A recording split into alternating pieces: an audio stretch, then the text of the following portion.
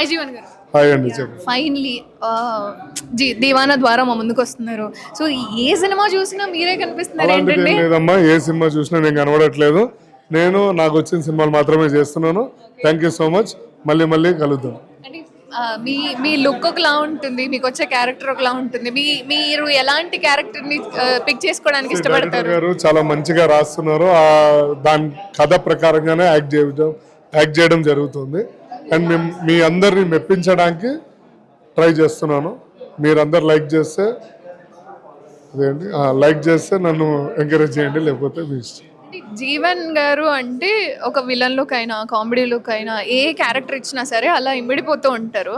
ఇలా అంటే clean shave తో ఎందుకు కనిపిస్తున్నారు? మీకు ఒక ఐడెంటిటీ. నీకు జుట్టు ఉందని నాకు జుట్టు లేదని సరే కానీ సరే, చాలా మంది వెయిట్ చేస్తున్నారు. మళ్ళీ థ్యాంక్ యూ. ఒక 10 days లో సూపర్. దీవానా గురించి ఆడియన్స్ కి ఒక దివానా ఈ రోజు నుంచి 100 రూపీస్ పడుతుంది సింగిల్ స్క్రీన్స్ లో.